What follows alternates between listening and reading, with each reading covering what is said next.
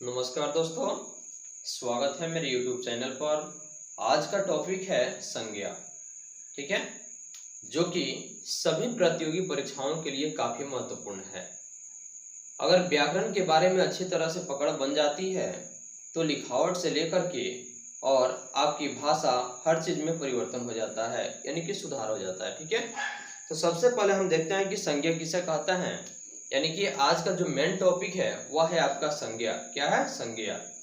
तो सबसे पहले हम देखते हैं कि संज्ञा का शाब्दिक अर्थ क्या होता है। ठीक है, तो सबसे पहले जो टॉपिक है उसका अर्थ होता है, यानी कि शाब्दिक अर्थ जो होता है यह आपका नाम होता है। यानी कि संज्ञा का शाब्दिक अर्थ क्या होता है?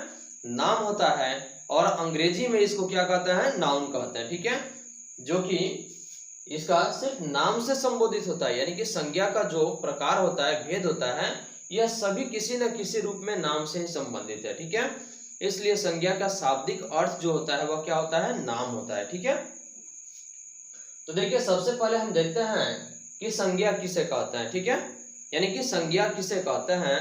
तो किसी व्यक्ति, वस्तु, स्थान या जानवर के नाम को संज्ञा कहते हैं। अर्थात दुनिया की जितनी भी वस्तु अगर आप देखते हैं, यानी कि जिसे आप छूते हैं, स्पर्श करते हैं या उसे अनुभव करते हैं, यह सब क्या है? यह सभी का सभी संज्ञा है। ठीक है, तो देखिए अच्छे से ध्यान से देखिएगा ताकि कहीं से भी आपकी तैयारी करने में समस्या उत्पन्न नहीं हो। ठीक है, तो देखिए समस्या तो दूर होगी कब? जब अच्छे ढंग से समझिएगा तब। ठीक है, तो आज हमने सबसे पहले बता दिए कि संज्ञा किसे कहता है। ठीक है, तो किसी व्यक्ति, वस्तु, स्थान या जानवर के नाम को क्या कहता है? संज्ञा कहता है। ठीक है ना, संज्ञा कहता है।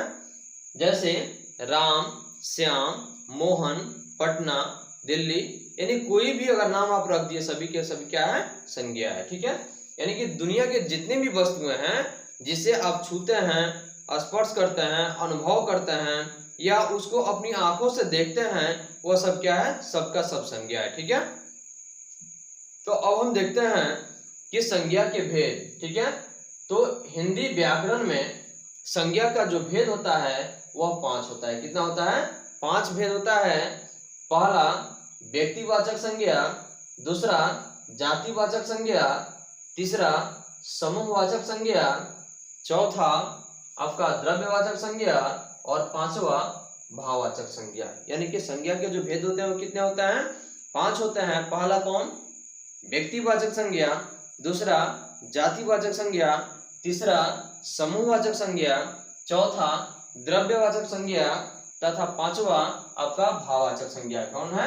आपका भाववाचक संज्ञा हो गया। ठीक है, तो सबसे पहले अब हम देखते हैं कि यह पांचों जो संज्ञा के जो भेद है, इस पांचों भेद को हम किस प्रकार से परिभाषित करते हैं और परिभाषित करके यानी कि इनमें जितने भी उदाहरण होते हैं उनको किन किन रूपों में व्यक्त किया जाता है। ठीक है, तो आप अच्छे ढंग से समझिएगा, और जहां भी अगर आपको किसी प्रकार की दिक्कत लगे तो आप मेरे YouTube चैनल पे कमेंट कर दीजिएगा, वीडियो के साथ कमेंट कर दीजिएगा, ताकि जो भी समस्या अगर होगी उसका समाधान किया जाएगा। ठीक है, तो देखिए सबसे पहले हम देखते हैं कि व्यक्तिवाचक संज्ञा किसे कहते हैं। ठीक है ना, तो व्यक्तिवाचक यानी कि व्यक्तिवाचक का मतलब होता है व्यक्ति, यानी किसी खास व्यक्ति या वस्तु का नाम हो, यानी कि किसी खास व्यक्ति का बोध हो, उसे हम क्या कहते हैं? व्यक्तिवाचक संज्ञा कहते हैं। जैसे राम, श्याम, मोहन, सीता, गीता, यानी कि कोई भी नाम अगर आप रख दिए सब क्या हो गया? जो कि पर्सनल अपने आप को संबोधित करता हो, यानी कि जो पर्सनल अपने आप को दर्शाता हो, उसी को हम क्या कहते हैं? व्यक्तिवाचक संज्ञा कहते हैं। क्या कहते हैं? व्यक्तिवाचक संज्ञा कहते हैं। जैसे आप तो जान गए, यानी कि जैसे आपका राम, मोहन, श्याम, यानी कि जितने होता है ना ये सभी क्या होता है? आपका व्यक्तिवाचक संज्ञा होता है। ठीक है, अब हम देखते हैं जातिवाचक संज्ञा। यानी कि जातिवाचक संज्ञा उस शब्द या शब्दांश को कहता है जिसे जाति भर के लोगों का या वस्तुओं का बोध हो। ठीक है, उसे हम क्या कहते हैं? जातिवाचक संज्ञा कहते हैं। सीधे एकदम आसान भाषा में समझिएगा कि व्यक्तिवाचक संज्ञा जो कि किसी खास व्यक्ति का नाम प्रस्तुत करें या नाम का बोध कराए, उसे हम क्या कहते हैं? व्यक्तिवाचक संज्ञा कहते हैं। जबकि जातिवाचक संज्ञा में अगर आइएगा तो इसमें जाति भर का बोध हो। क्या हो? यानी कि दुनिया के जितने भी लोग हैं उन सभी की जाति भर का बोध उसे हम क्या कहते हैं? जातिवाचक संज्ञा कहते हैं। एकदम आसान भाषा में समझिएगा, ठीक है।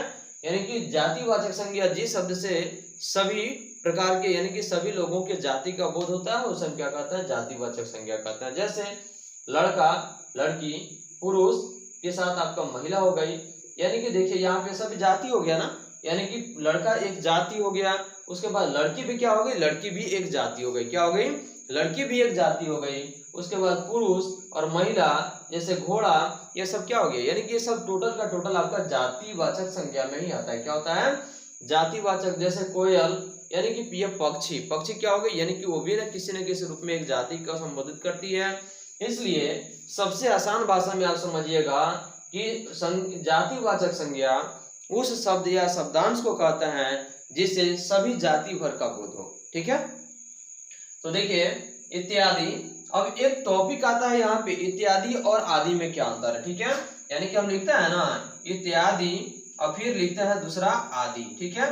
तो देखिए इत्यादि का मतलब होता है इसका कोई अनंत नहीं हो, यानी इसका कोई अंत ही नहीं हो, यानी कि यह आगे तक चला जाएगा, ठीक है। जबकि आदि का मतलब होता है अंत, यानी कि यह आगे की ओर नहीं जाएगा। तो सबसे पहले हम क्या लिखते हैं, यानी कि जहां पे जिस उदाहरण की अंत हो जाती है वहां पे हम आदि लिखते हैं, लेकिन उस उदाहरण के साथ अगर बहुत सारे ऑप्शन में रहता है तो उसे हम क्या कहते हैं, इत्यादि कहते हैं। क्या कहते हैं, इत्यादि कहते हैं। तो चलिए अब अगला है आपका समूहवाचक संज्ञा। देखिए आप तो पढ़ लिए व्यक्तिवाचक और जातिवाचक, ठीक है।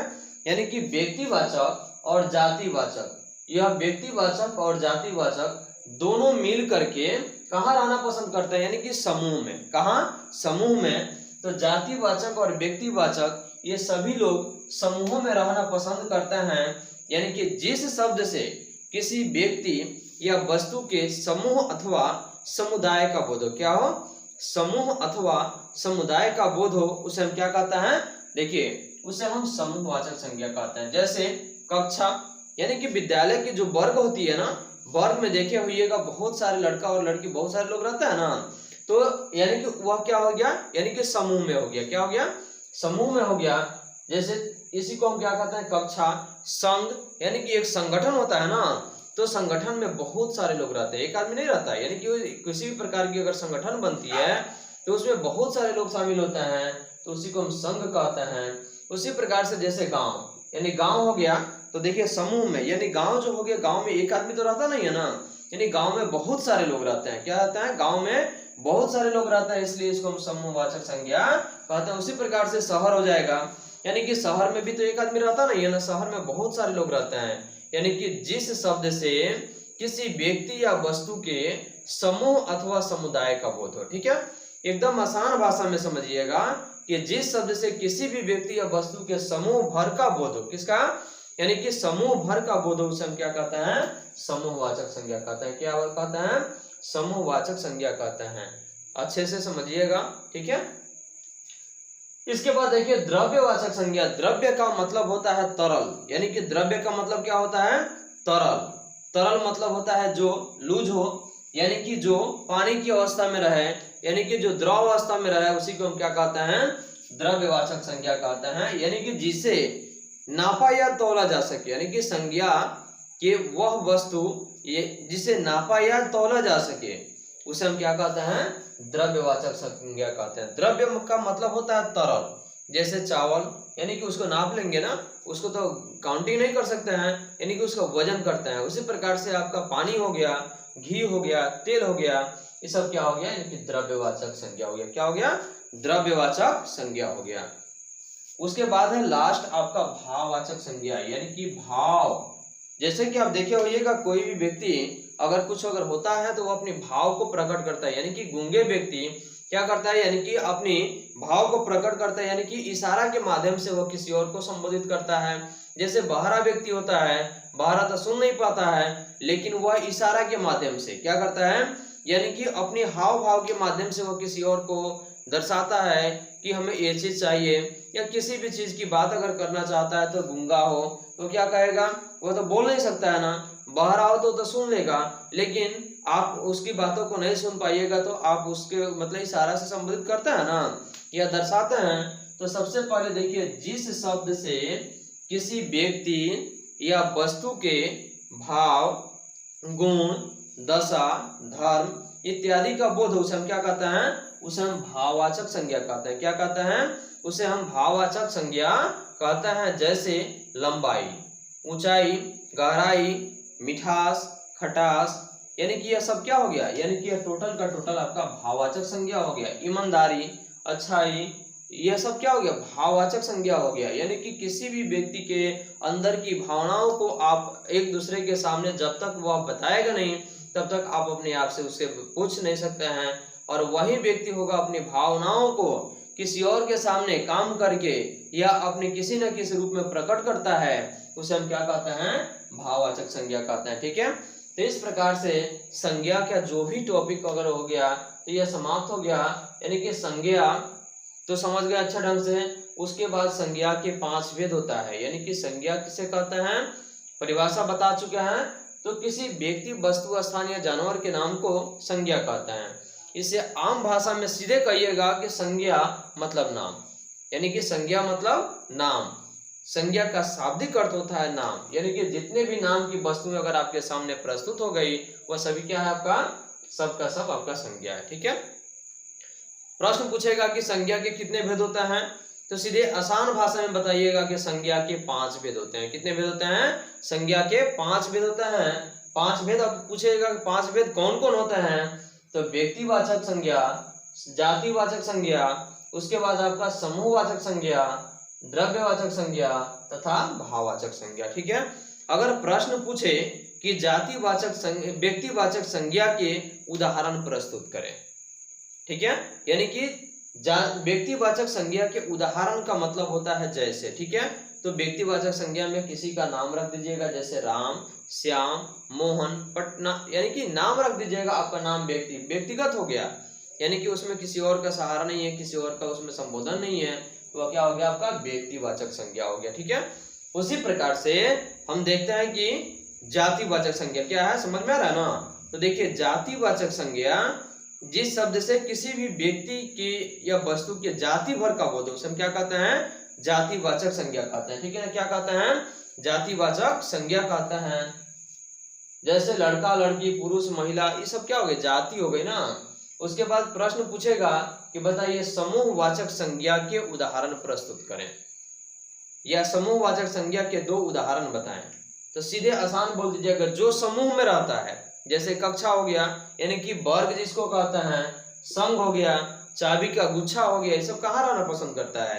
यानी कि यह सभी एक समूह में रखा जाता है, उसी को हम क्या कहते हैं? समूहवाचक संज्ञा कहते हैं। उसके बाद अगर प्रश्न पूछता है कि द्रव्यवाचक संज्ञा के उदाहरण बताएं, यानी कि द्रव्यवाचक संज्ञा के 2 उदाहरण या 5 उदाहरण एग्जाम्पल में अगर पूछ दिए ना, तो सीधे आप लिखिएगा जो तरल अवस्था में रहे। ध्यान में रखिएगा, जो तरल यानी कि जो लूज अवस्था में, ढीली अवस्था में रहे, उसी को हम क्या कहते हैं? उसी को हम आपका द्रव्यवाचक संज्ञा कहते हैं। जैसे पानी, एकदम आसान बोल दीजिएगा, तरल यानी कि पानी, तेल, घी इत्यादि। ठीक है, उसी प्रकार से भाव, यानी कि किसी भी व्यक्ति या वस्तु के भाव अथवा भावनाओं को, गुण, धर्म, दशा, स्थिति का बोध कराए, उसे हम क्या कहते हैं? भाववाचक संज्ञा कहते हैं। जैसे लंबाई, अच्छाई, गहराई, ऊंचाई, खटास, मिठास, ये सब क्या है? ये सब टोटल का टोटल आपका भाववाचक संज्ञा है। ठीक है।